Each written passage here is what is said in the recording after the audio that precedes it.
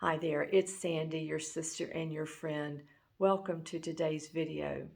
I'm posting this video at a time where I feel like we really need to see the world through different eyes. There's war going on in Israel and Palestine right now. There are families who are mourning the loss of their babies and their children. There are people who are just trying to escape homes so that they don't get bombed, people who are being held hostage. There are things happening in that area now that such human atrocities our minds shouldn't be able to even fathom. We have a history of blaming one group of people whenever something of this magnitude of human tragedy goes on in the world. And then this group of people become the middlemen that our ego uses in order to continue to blame and separate and divide us. It's our grievances actually that stand between us being able to see ourselves as who we truly are and seeing our brother as they truly are. So this is not a time for us to divide and conquer. It is not for us to take sides of one group against another group. We must use the free will that God has given us to see beyond these divisions.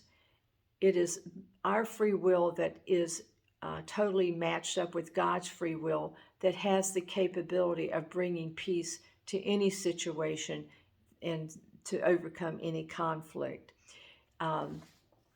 If we can just drop the personal labels and envision peace for everyone, we actually bring that peace to them. This is our opportunity to help all the good people in the world who are just trying to make a good life for themselves and their families. If those who, like us, who are waking up, if we will unite, we actually have the power to change the situation. I'm not saying it happens tomorrow, it could, but it's just for us to hold the peace that we know that we're able to provide for other people across the world. We know from our own personal experience that you can't solve a problem with the same energy that created it. But if we're willing to do the hard work within ourselves, we actually can bring peace instead of war. We can bring unity instead of division. We can bring clarity instead of confusion. So how does our collective awareness, how is it able to do all these things? Well, first of all, we need to be brave enough, I think, to actually look within ourselves and see the grievances that we're holding against this group of people or that group of people or just this one person or that person. We need to be brave enough to actually see the human suffering that's going on in the world.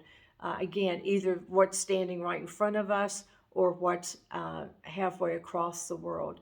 We need to be courageous enough to see that, to look at it, and to allow the feelings that we feel, allow those to come up, allow ourselves to feel them.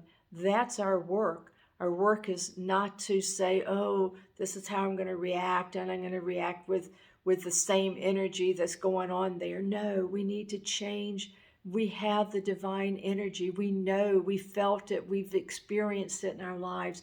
This is what we need to extend. We're going to extend it outside as we go through this process. We're going to extend it to others who right now are so busy just trying to save their lives that they may not be able to do this, but we can do this and extend it for them.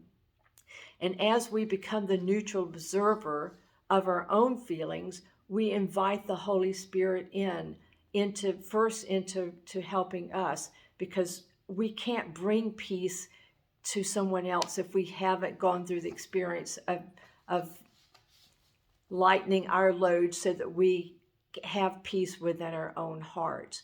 We need to drop the grievances that we're holding against someone else, and that's how we become free, and then we're able to extend that freedom to other people. We don't even think about it oftentimes, but it's our grievances that are actually keeping us in a state of fear and also preventing us to feel the peace.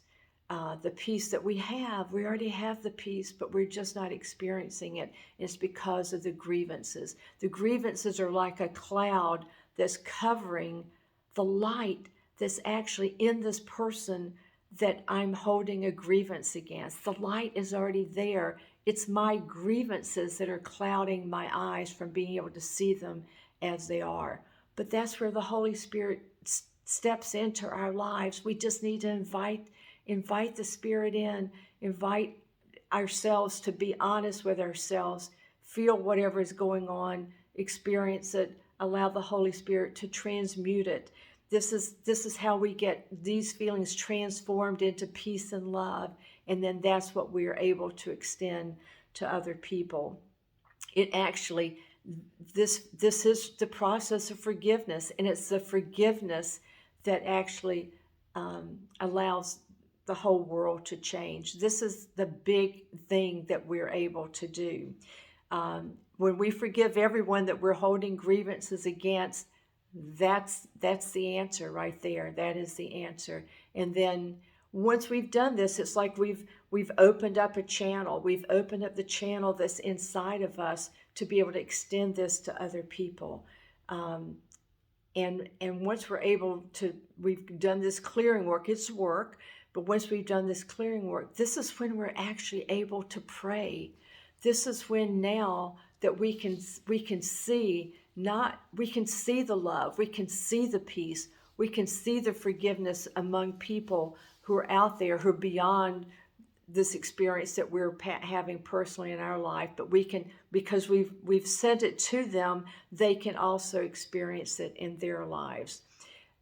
So we see this happening, and then we feel the feelings that we would have knowing when this happens, that's how we're going to feel. There's going to be so much joy and delight and love in our hearts for all of mankind, for every single person. We're going to see the light. We're going to see the light. The darkness will have been overcome by the light. It's already happened, but we're just going to now bring this into existence through our own personal experience. God tells us if we ask, it will be given to us. This is a big ask, but this is not a wish. He tells us that this is the truth of the matter. So as I personally have been praying, I have envisioned a big, huge dome covering this whole area, Israel and Palestine initially. And I see this dome of being the dome of peace, and it's just, I see it there covering all the people who are underneath it, that they'll start seeing and looking into the eyes of the person that they consider to be their enemy. And they'll look into their eyes and they'll see them as their self. They'll see them as their brother, as somebody that God created. They'll see that there's light in them.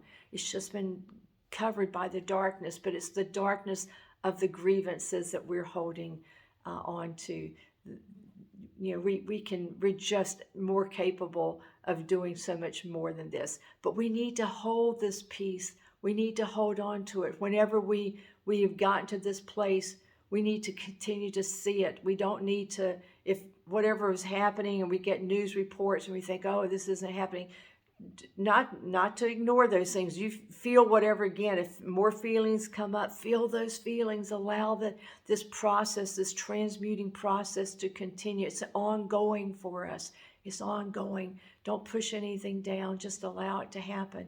But then once you clear the channel, you see the peace, you know that you're extending this peace into other people. Just don't let it go.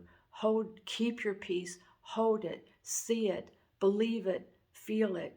I think this is how we change the world. This is how we overcome war. This is how we treat our brother as ourselves. I love you so much. Thank you for listening. If this has meant anything to you, hit the like button. Give me a comment. Tell me how you are bringing peace into the war-torn areas. We can propel this to Ukraine, to wherever, into families, wherever there's peace needed. This is what we're capable of doing. I love you so much. Thank you for listening. God bless you. Subscribe if you haven't. Thanks so much. See you next time. Bye.